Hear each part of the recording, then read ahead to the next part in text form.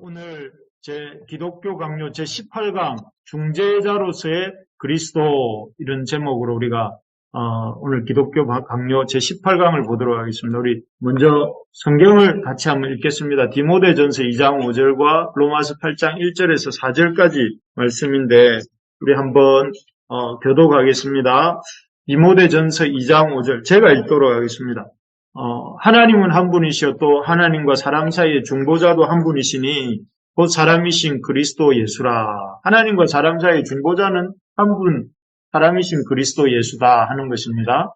그 다음에 8장 1절, 로마서 8장 1절부터 4절로 그러므로 이제 그리스도 예수 안에 있는 자에게 결코 정죄함이 없나니 이는 그리스도 예수 안에 있는 생명의 성령의 법이 죄와 사망의 법에서 너를 해방하였습니다. 율법이 육신으로 말미암아 연약하여 할 수 없는 그것을 하나님은 하시나니 곧 죄로 말미암아 자기 아들을 죄 있는 육신의 모양으로 보내어 육신의 죄를 정하사 육신을 따르지 않고 그 영을 따라 행하는 우리에게 율법의 요구가 이루어지게 하려 하심이라. 그리스도 안에 있는 자에게, 예수 안에 있는 자에게 정죄함이 없는데 그 이유가 예수 안에 있는 생명의 성령의 법이 우리를 죄와 사망의 법에서 해방하였기 때문인데 이라고 합니다. 어떻게 해방하셨느냐면은 율법이 육신으로 말미암아 연약하여 할 수 없는 그것을 하나님이 하셨다. 어떻게 하셨느냐면 죄로 말미암아 자기 아들을, 하나님의 아들이니까 하나님이시죠. 성자 하나님을 죄 있는 육신의 모양으로 보내어 이 육신의 모양으로 보내어 이게 오늘 중요한 주제입니다. 육신으로 보내어 육신의 죄를 정하사 육신을 따르지 않고 그 영을 따라 행하는 우리에게 율법의 요구가 이루어지게 하려 하십니다. 그래서 예수님의 육신, 성육신으로 소행해서, 우리의 죄를 그 육신에 정하시고, 또 우리 육신을 따르지 않고 영을 따라 행하는 우리에게 율법의 요구가 이루어지게 하셨다 하는 것입니다. 지금 간단하게 한 설명들을 좀 더 구체적으로 살펴보도록 하겠습니다. 여기 이 그림은, 구포대교입니다. 구포다리입니다. 우리가 부산에서 이제 김해로 가려고 할 때, 만덕터널을 지나서 한 10분쯤 달리다 보면 이렇게 구포다리가 나옵니다. 구포다리. 그래서 이 구포다리를 지나면 부산에서 이제 김해로 넘어가게 되죠. 이때 이 다리라는 것은, 구포다리라는 것은, 이 사람이 헤엄쳐서 건너기 어려운 이 깊은 강을, 사람이 그 물에서 헤엄치거나 하지 않고도 이렇게 안전하게 건너갈 수 있도록 해주는 그런 역할을 하는 것을 다리라고 합니다. 그런데 이게 이제 구포와 김해 사이에도 이런 낙동강이라고 하는 큰 강이 있는데, 거룩하신 하나님과 사람 사이에도, 이 죄인인 인간 사이에도 이런 강하고는, 낙동강하고는 비교할 수 없는 어마어마한 깊이의 죄의 강이 있다 하는 것입니다. 그래서, 우리가 이전에 전로역정을 볼 때에, 전로역정에 보면 이 마지막 여기 뷸라라고 하는 땅에서 이 천성에 들어가기 전에 이 큰 강이, 죽음의 강이 흐르지 않습니까? 이 강이 어찌 보면 이 장망성에서부터 뷸라까지 이르기까지 이 모든 것들이 이 하나님과 인간 사이, 죄인인 인간 사이에 있는 강이라고 할 수 있겠죠. 이 강이 있다는 것입니다. 그래서 이 강은 그 깊이와 넓이가 너무 깊고 넓어서 죄인인 인간으로서는 넘어갈 수 없는 그런 어려운 강이라는 것입니다. 그래서 인간은 사실 이 강을, 앞에서 본 것처럼 이 넓은 죄의 강을 건널 수 없기 때문에, 그리고 이 강의 넓이와 깊이 앞에서 인간은 너무 넓고 깊은 이 강에, 그런 어떤 절망감을 느끼고, 두려워하고 한숨을 쉬며 살죠. 그런데 이런 죄인은 인간을 위해서 하나님이 하신 일이 무엇이냐면은, 이 하나님 편에서 인간을 향해 나오는 다리를 마련하여 주셨습니다. 그 다리가 바로 예수 그리스도라고 하는 중보자 예수 그리스도. 오늘 공부의 제목이 중재자로서의 그리스도 이렇게 했는데, 또 이걸 좀 쉽게 표현하자면 하나님과 죄인인 인간 사이에 다리가 되시는 그리스도, 이렇게 봐도 될 것 같습니다. 그래서 하나님은 인간과 거룩하신 하나님과 인간 사이를 이어주는 다리, 마치 이 구포와 김해를 이어주는 다리처럼 죄인인 인간과 하나님 사이를 이어주시는 다리, 중재자 또 중보자가 되시는 예수님을 우리에게 보내주셨습니다. 그게 참 우리가 감사해야 될 일이죠. 하나님께서 먼저, 하나님이 우리에게 중재자이신 그리스도, 중보자이신 그리스도, 그 다리가 되어주시는 그리스도를 보내주셨다 하는 것입니다. 그래서 성경은 어찌 보면 우리가 구약, 신약이라고 말하는데 오래된 약속, 또 이렇게 새로운 약속 이렇게 말씀하는데 이 약속의 중심이 뭐냐면 중재자로서의 그리스도에 대한 약속, 그리고 중재자로서 그리스도에 대한 하나님의 언약이라고 성경이 그렇게 해서 구약, 신약이 되었습니다. 그래서 성경책을 보면 첫 장부터 창세기부터 하나님께서는 중재자, 중보자가 되시는 그리스도에 대한 약속들을 쭉 이어오셨습니다. 예를 들어서 너무나 잘 아는 창세기 3장 15절에 보면 범죄한 아담과 하와에게 주님 약속하실 때에 이 여자의 후손에 대한 약속을 주세요. 그래서 이 여자의 후손은 다름 아닌 예수 그리스도를 가리키는 거 잘 아시잖아요. 그래서 3인칭 남성 단수, 후손이란 단어가. 그래서 여자의 후손으로 오실 예수 그리스도에 대해서 이미 약속을 하셨고, 또 이 약속이 창세기 12장 1절에서 3절에 보면 아브라함에게 하나님이 그 갈대아 우르를 떠나 가나안 땅에 들어가라 하실 때도 그때 약속을 주시는데, 거기에 보면 땅에 대한 약속, 자손에 대한 약속을 주시는데, 특별히 그 자손에 대한 약속 중에 3절에 보면 땅의 모든 족속이 너로 말미암아 복을 얻을 것이다 이랬는데, 여기 보면 사실 땅의 모든 족속이라는 단어는 아브라함이 살았던 그 좁은 가나안 지경에만 속하는 것이 아니라 모든 족속이라고 했으니까 이것은 결국 아브라함의 자손으로 오셔서 모든 사람들의 구원자가 되신 예수 그리스도에 대한 중재자 그리스도에 대한 약속이라고 할 수 있겠죠. 그래서 이 아담에게 주셨던 약속이 아브라함에게 이어지는 것을 우리가 볼 수 있습니다. 그뿐이 아닙니다. 그래서 우리가 잘 아는 선지자들도 이런 중재자, 중보자가 되시는 그리스도가 오실 것을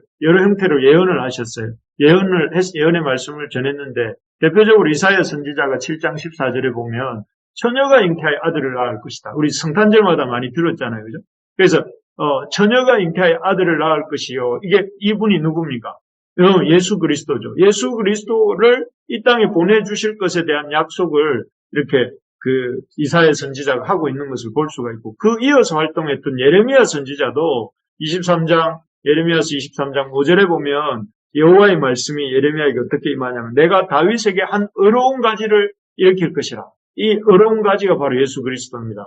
중재자 그리스도, 하나님과 인간 사이에 중보자로 오실 그리스도에 대한 약속인데, 그가 와서 왕이 되어서 지혜롭게 다스리며 세상에서 정의와 공의를 행할 것이다.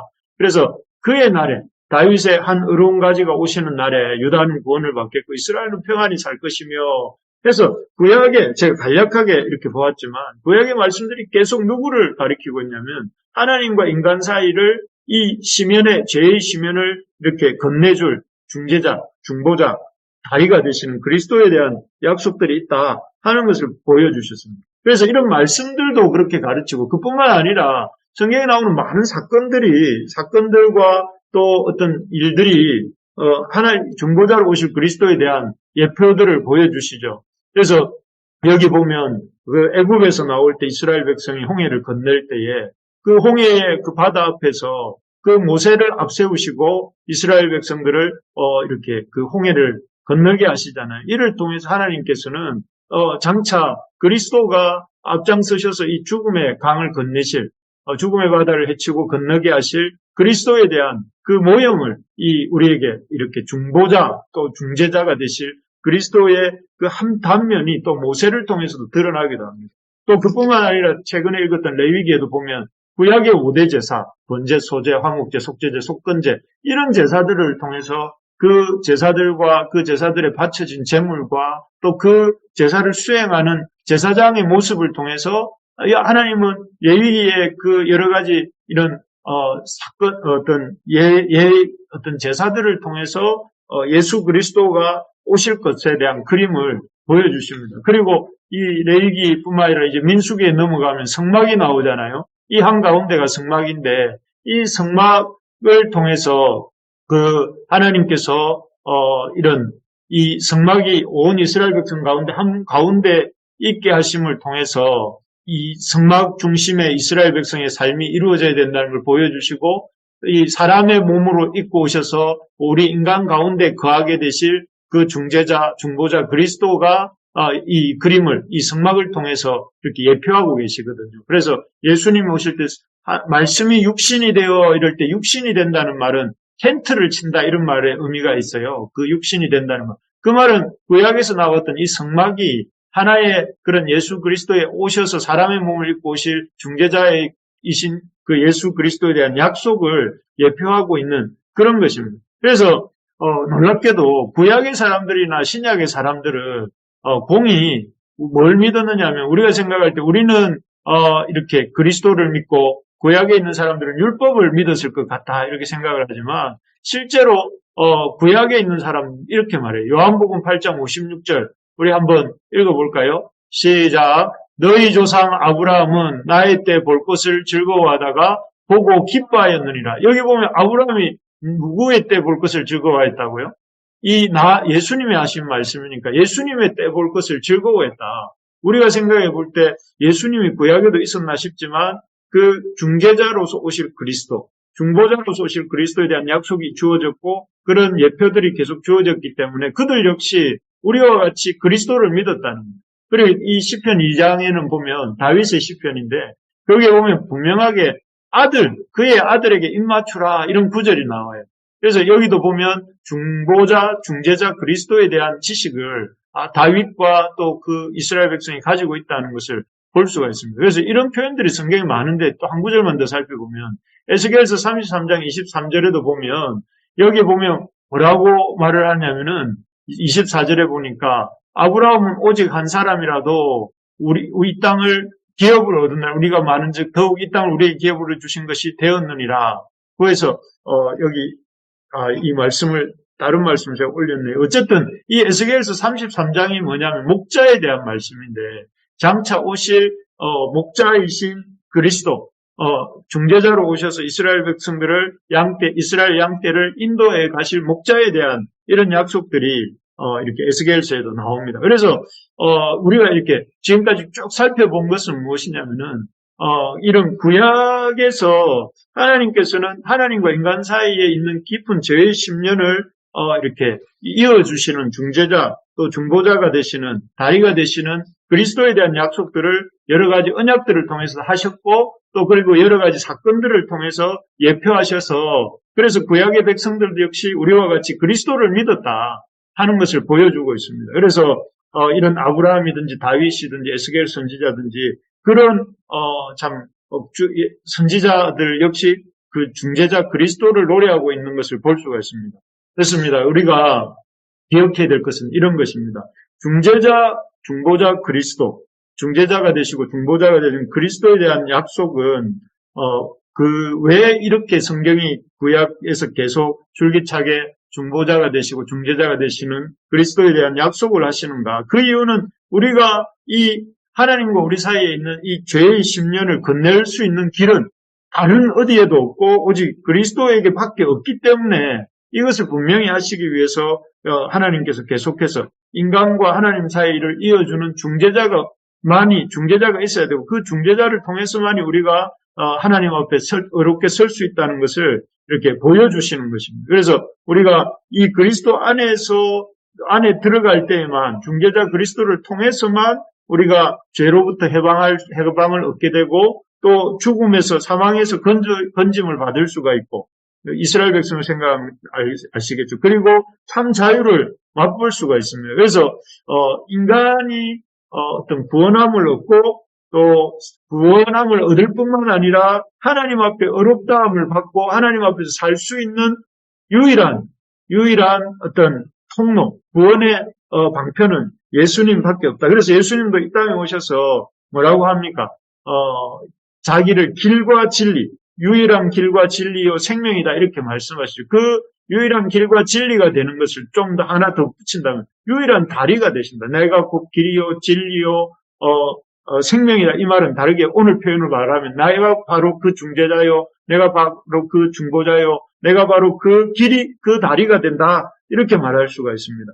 그래서 오늘날은 사람들이 구원을 어디서 얻는가 하면은 이런 것 같아요. 자기 느낌이나 기분이 좋아지고 만족하고 또 그런 것이 구원과 해방인 것처럼 말해요. 자기가 원하던 것을 얻고 자기가 느끼고 싶은 것을 느끼고 자기 만족을 하게 되면 자기가 구원받고 해방을 얻는 것처럼 아주 심리적인 또 자기중심적인 이러한 어떤 것에서 구원과 해방을 느끼는 것처럼 말하는데 그게 다 속임수입니다. 내가 만족하고 내게 어떤 기분이 좋다고 해서 그것이 구원을 얻은 것이 아니고 그 일시적인 기쁨이고 일시적인 만족일 뿐이죠. 진정한 구원과 해방은 하나님이 계속해서 구약에서 약속하시고 또 선지자들을 통해 약속하시고 여러 가지 예표들을 통해서 보여주신 것처럼 오직 우리의 유일한 구원, 우리의 중재자, 우리의 중보자, 우리가 하나님 앞에 의로워지고 우리가 해방을 얻고 자유를 누릴 수 있는 것은 그리스도, 중재자 그리스도를 통해서만 얻을 수 있다.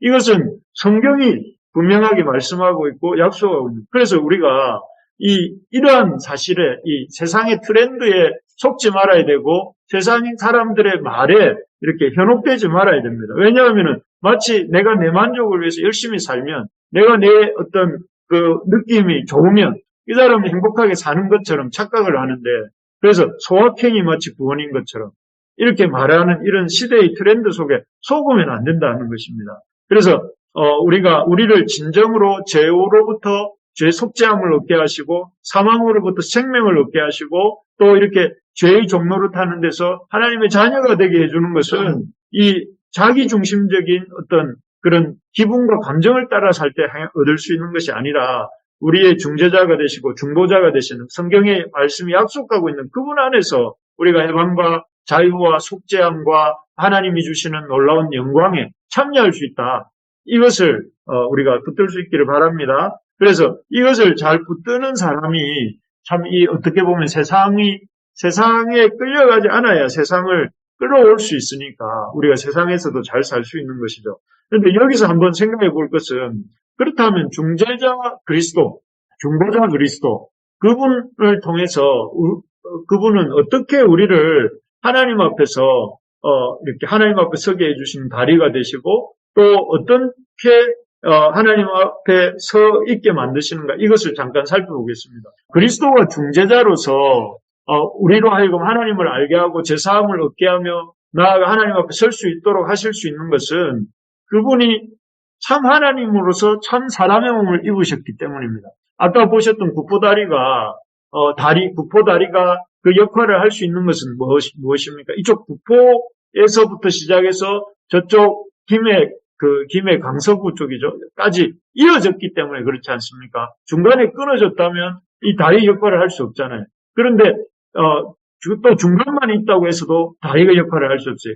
이쪽 구포와 저쪽 강서를 딱 이어주고 중간도 단절없이 이렇게 쭉 이어져야 다리 역할을 할 수 있는 것처럼 이 예수 그리스도께서 우리의 죄로 제사함을 주시고 죄와 사망으로부터 자유함을 주시고 우리에게 참된 어떤 구원을 주실 수 있는 것은 그분이 한쪽 끝이 되시는 하나님으로부터 오셔서 참 사람의 몸을 입고 오신 분이시기 때문에 그렇다는 것입니다. 그래서 그리스도의 중보자가 되실 수 있었던 이유, 그리고 중보자로서 우리의 구원을 이루실 수 있었던 이유는 한마디로 참 하나님으로서 참 사람의 몸을 입으셨기 때문에 그렇다.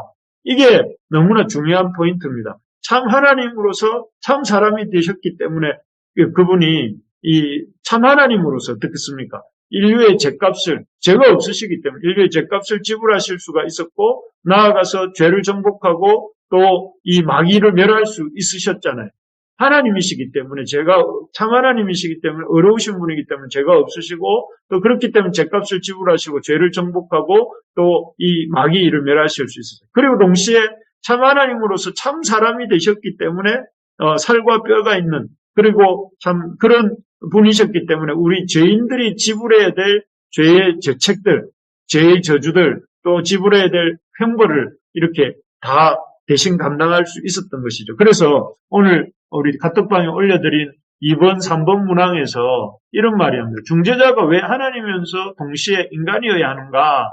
여기에 보면 하나님께서 마련하신 중재자, 중보자, 그리스도죠. 우리로 하여금 다시금 하나님의 은총을 받아 사람의 자녀에서 하나님의 자녀로 옮겨가게 하시고 천국을 상속받게 하신다. 이게 그 중재자가 하시는 일이에요. 우리를 이렇게 마치 이스라엘 백성이 종되었던 땅에서 이렇게 약속의 땅 가나안으로 하나님이 모세를 통해 이끌어내셨던 것처럼 이 예수님 중보자이시고 중재자가 되시는 그리스도가 우리를 이 죄의 종에서 우리가 하나님의 자녀가 되도록 하시는데 그 일은 할 수 있으려면 여기 보니까 뭐라고 했느냐면 하나님이면서 인간이어야 했다.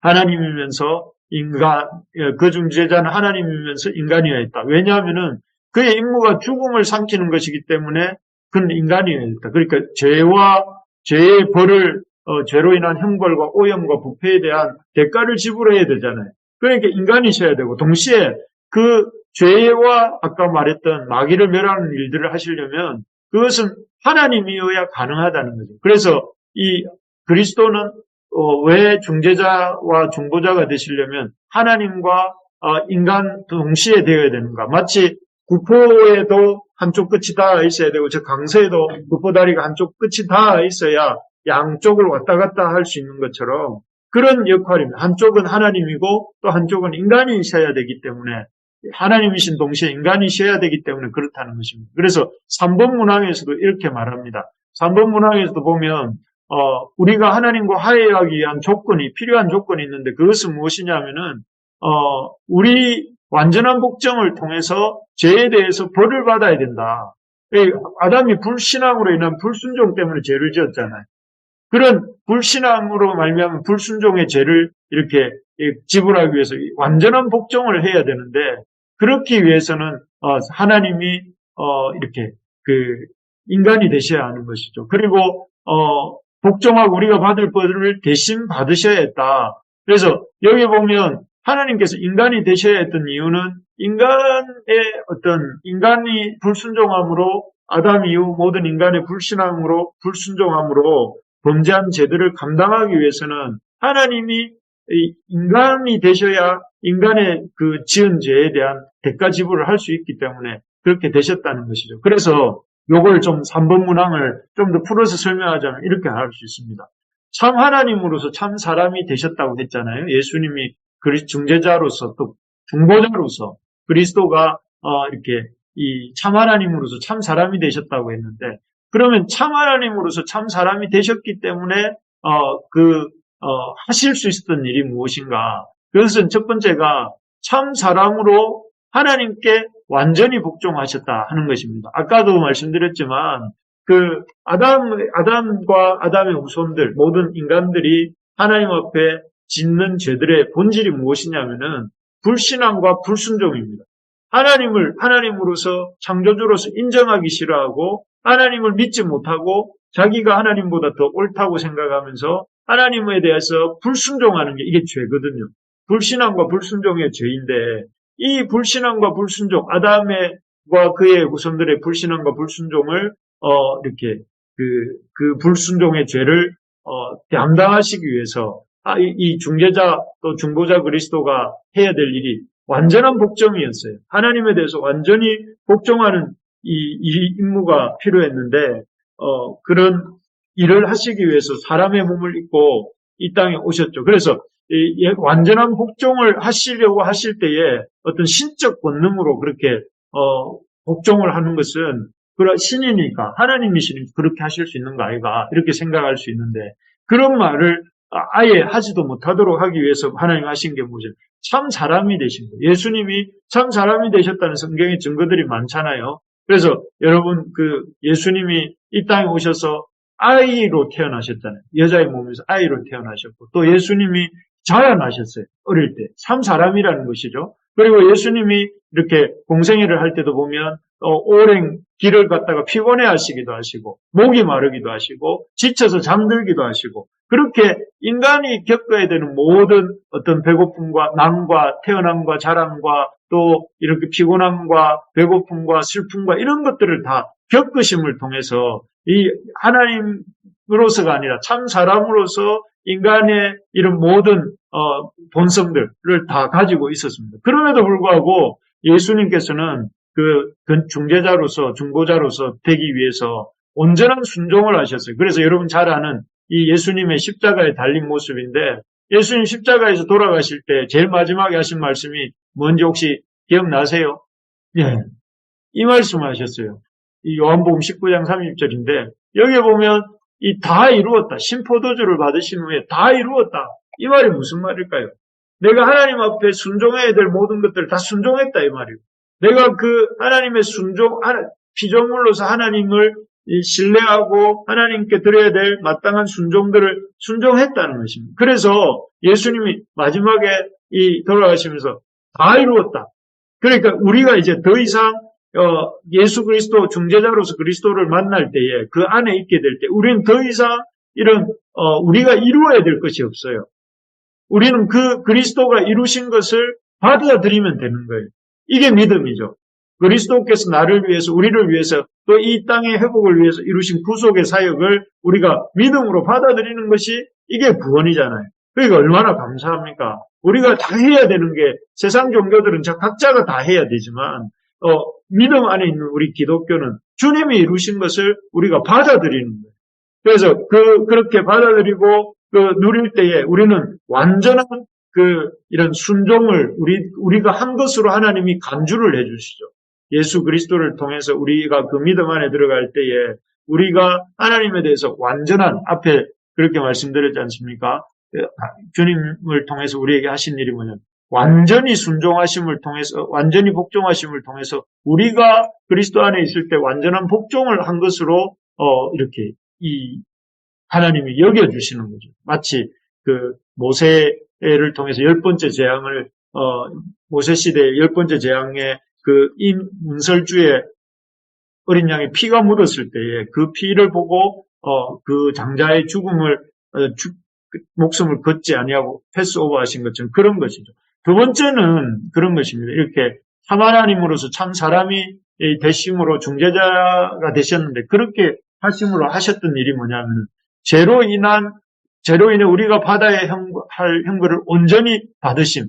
그러면 우리가 주님 안에서 우리가 온전히 순종한 것으로 주님이 인정해 주시는데 그렇다면은 그것이 무엇을 의미하는가 하면 다른 말로 하면 우리가 마땅히 받아야 될 형벌을 온전히 주님이 받으셨다는 것입니다. 그래서 우리가 죄로 인해서 우리의 오염된 부분들 그리고 우리가 그런 죄로 인해서 부패한 것들 또 우리가 마땅히 죽어야 될 육체적 죽음과 영적인 죽음과 지옥의 형벌 이런 모든 것들이 다 그리스도께로 옮겨졌습니다. 형벌을 주님이 받으셨어요.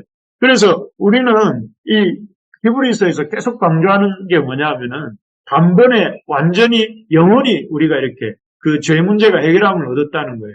그래서 우리 그리스도 안에 있을 때는 그래서 바울은 이런 단번에 완전히 영원히 받은 그런 제사함에 대해서 형벌을 우리가 이미 받았어요. 우리가 구주와 함께 나 죽었으니 이렇게 찬양이 있잖아요. 구주와 함께 죽음으로 우리가 받아야 될 이런 과거의 죄, 현재의 죄, 미래의 모든 죄가 이렇게 그 죄의 형벌을 주님이 받으셨다는 거예요. 그래서 바울이 이것에 대해서 뭐라고 말을 하냐면은 8장 1절에 보니까 그리스도 예수 안에 있는 자에게 결코 정죄함이 없다. 그냥 정죄함이 없는 것이 아니라 그리스도 예수 안에 있는 자에게는 중보자 그리스도 안에 있는 자에게는 중재자 그리스도 안에 있는 자에게는 정죄함이 없다. 이렇게 말씀하시니 결코 정죄함이 없다. 그리고 또 뭐라고 했느냐면은 정죄함이 없을 뿐만 아니라 우리가 어떻게 됐다고 했습니까? 그 아들 안에서 우리가 속량 곧 제사함을 얻었도다. 과거형입니다. 그래서 우리가 제사함을 얻었기 때문에 우리의 신분이 어디로 갔다는 거예요? 우리가 흑암의 권세 아래 있었는데 이제는 그의 사랑의 아들의 나라로 옮겨졌다. 이렇게 말씀합니다. 그래서 우리가 이제는 죄의 종이 아니라 우리는 죄의 종이 아니라 하나님의 아들의 백성입니다. 백성. 하나님의 아들의 자녀입니다. 우리 그리스도의 몸입니다. 그 말은 무슨 말이에요? 그리스도와 같은 신분이 된 거예요. 그리스도의 몸이니까 내 손가락이 정년후잖아요. 내 어깨도 정년후잖아요. 내 머리도 정년후고 내 입도 정년후에 그런 것처럼 우리가 그리스도 안에 들어감으로 인해서 내가 그리스도의 몸이 되었다는 것은 그리스도와 같은 존재가 되었다는 것이고 그리스도의 영광에 참여하게 되었고 하나님의 백성이 된 것입니다. 그래서 이제 그리스도 안에 있는 사람들에게는 이런 참 놀라운 죄의 종이 아니라 하나님의 거룩한 백성으로서의 어떤 신분의 변화가 생긴 것이고 그리스도의 이 하나님의 백성으로서 누릴 수 있는 그런 죄 용서와 이제는 하나님의 놀라운 기쁨을 우리가 맛볼 수 있는 것입니다. 그래서 우리가 잘 아는 찬양 중에 나 구원받았네, 너 구원받았네, 우리 구원받았네 하는 이런 찬양이잖아요. 그 찬양처럼 우리가 구원을 받았다는 것이죠. 그리고 이 세 번째로 그리스도가 참 하나님으로서 참 사람이 되셨다는 것이, 그래서 중재자가 되실 수 있었던 이유는 세 번째가 이 죽음의 정복과 죽음에 대한 완전한 승리입니다. 그래서 이 말이 무슨 말인가 이렇게 생각하실 수 있는데, 이제 곧 부활절이 다가오지 않습니까? 부활절이 다가오는데 예수 그리스도께서 십자가에서 죽으실 뿐만 아니라 십자가에서 다시 사셨잖아요. 다시 사셨다는 것을 아까 우리가 읽었던 산문항에 보면 이 빨간색 글씨로 보면 이렇게 되죠. 인성을 예수님의 그 참 하나님 되심 뿐만 아니라 참 사람 되심에 대해서 설명하는 거예요. 인성을 죽음에 내주고 신성의 권능으로 죽음과 싸워 승리했다. 이게 예수님이 그 인성을 당신이 참 사람 되심으로 십자가를 지시고 죽으셨지만 그 죄의 어떤 죽으신 상태로 머무신 것이 아니라 상사한 지 사흘 만에 다시 살아나심으로 부활하심으로 그 죽음의 권세에 대해서 승리하셨다는 거예요. 그래서 우리가 잘 아는 고린도전서 15장에 보면 뭐라고 했느냐면 이 바울이 죄에 대해서, 사망에 대해서 이렇게 사망아 너의 승리가 어디 있느냐, 사망아 너희가 쏘는 것이 어디 있느냐 하면서 사망이 이제는 우리에게 어떤 행패를 부릴 수가 없다. 예수 안에 있는 자가. 왜냐하면은 예수님이 부활하심으로 이 썩을 것, 우리의 육체죠. 썩지 아니함을 입고 이 죽을 것, 우리의 육체죠. 죽지 아니함을 입을 때 사망을 삼키고 이기리라. 그래서 예수 안에 있을 때 우리에게 주어지는 놀라운 것이 무엇이냐면은 죽음에 대한 승리입니다. 그래서 우리는 더 이상 죽지 않을 뿐, 예수님의 부활을 통해서 죽음의 대가를, 죄의 대가를 지불했고 죽지 않는다는 것과 또 예수님 다시 오시잖아요. 재림하시잖아요. 그것을 통해서 소망을 가지게 되고 또 그를 통해서 하나님의 영광에 참여하게 될 것을 이렇게 우리가 볼 수가 있다는 것입니다. 그래서 예수님이 참 하나님으로서 참 사람이 되셔서 중재자가 되셨는데 이것을 통해서 우리에게 주시는 오늘 중재자가 되신 그리스도, 중보자가 되신 그리스도, 그것을 통해서 우리에게 주시는 이 선물들을 한번 정리하면서 마무리하겠습니다. 첫째는 참 하나님으로서 참 사람이 되셨던 그 그리스도가 우리의 중재자가 되실 때 우리에게 주시는 것이 뭐냐면 하나님에 대한 완전한 복종이 우리에게 전가됩니다. 우리가 예수 그리스도를 믿을 때 하나님 우리를 주님 앞에 온전히 순종한 자로 여기십니다. 우리가 그리스도 안에 들어갈 때 놀라운 일이죠. 그리스도 안에 들어간다는 이만큼 놀라운 일입니다. 두 번째로는 우리가 받아야 될 형벌이 이제는 없어졌어요. 왜냐하면 그리스도께서 받으셨기 때문에. 그래서 우리가 그리스도와 하나님과 화목이 된 거죠. 화목게 되었고 그 중개자 그리스도로 말미암아 화평케 되어서 하나님을 아버지라고 부를 수 있게 된 것입니다. 그리고 세 번째가 죽음의 정복과 죽음에 대한 완전한 승리. 요즘 이 참 죽음의 문제가 이 터키 지진뿐만 아니라 이 동북지방 일본의 대지진으로 인하여 많은 사람들이 죽었는데 우리가 언제 어떻게 될지 모르는 이 상황 속에서 우리 주님께서 우리에게 주시는 것이 죽음에 대한 이 승리에 대한 이런 보증이 된다 하는 것입니다. 그래서 우리가 오늘 중재자 그리스도께서 참 하나님이시로서 참 사람이 되심으로 우리의 중재자가 되셨다 하는 것을 보았고 그 중재자이신 그리스도를 통해서 우리에게 어떤 일이 일어났는가, 하나님에 대한 복종과 또 하나님이 우리의 형벌의 제거와 또 죽음에 대한 승리를 우리에게 주셨다. 그래서 사실 그리스도 안에 있는, 그래서 바울이 이렇게 말을 하지 않습니까? 세상에서 가장 귀한 것, 내가 이렇게 세상에 가장 귀한 것도 그리스도 앞에서는 다 배설물로 여긴다. 왜 그랬을까요? 바로 이런 이유 때문에 그렇죠. 우리가 이 땅에서 그 진시 황제도 이렇게 구하고자 했지만 얻지 못했던 게 하나님 안에서 있는 영생이잖아요. 그런 놀라운 영생과 하나님의 나라의 영광에 참여하는 것들을 이렇게 우리가 얻을 수 있는 통로가 무엇이냐면 그리스도 안에 있는 것, 그리스도가 하신 일들을 믿음으로 받아들이는 것, 그리고 그 믿음으로 받아들일 때 우리의 삶에 일어나는 놀라운 일들, 그런 것들을 우리가 이렇게 바라보면서 좀 누리는 저와 여러분들 될 수 있기를 주님의 이름으로 소망합니다.